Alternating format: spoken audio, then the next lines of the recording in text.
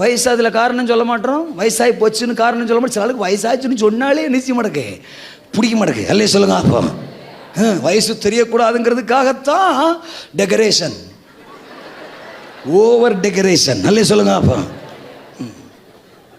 ஆம்பளை ஆளு கூட லூஸாக தான் பேண்ட் போடுறோம். டேய் ஸ்டான்லி எச்சரிக்கையாக பேசுகிறா. அல்ல சொல்லுங்க. அப்போ இந்த குளிர் நான் கேள்விப்பட்ட வரைக்கும் அந்த குளிர் அடிக்கிற தேசத்தில் பயங்கரமாக குளிர் அடிக்குமா, அதனால் இந்த உள்ளே போட்டுக்கிறதுக்காக அந்த டைட்டாக போட்டுக்கிட்டு அதுக்கு பிறகு மேலே வேற போட்டுக்கிடுவாங்களாம். என்ன விசாரித்த இடத்துல சொன்னாங்கண்ணே, நீங்கள் வேற. அல்லே சொல்லுங்க. அப்போ ஆமேன்னு சொல்லுங்க. அப்படி போட்டுக்கிடுவாங்களாம். இப்போ சிறுசுலேருந்து பெருசு வரைக்கும்,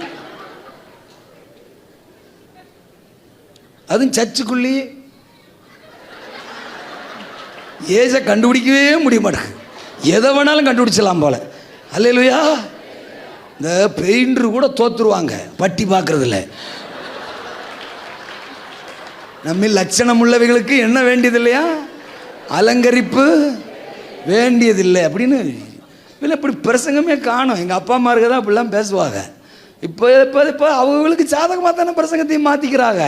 சாலே பி கண்ட்ரோல். அல்லையா சொல்லுங்க. அப்பா கையை உயர்த்தியாமே அல்லேலூயா சொல்லுங்க.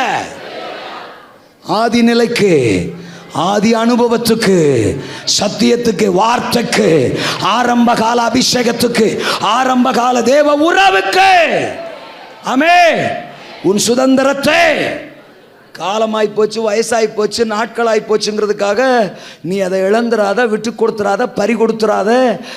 சத்துரு உன்னை வீழ்த்திற இடம் கொடுத்துறாத. 40 எப்படி இருந்து 85 அப்படித்தான். அல்ல சொல்லுங்க. அப்போ 40 எப்படி ஆவியானவரோ சத்தியமோ அதே தான் 85. ஆமேனா? அல்லேலூயாவா?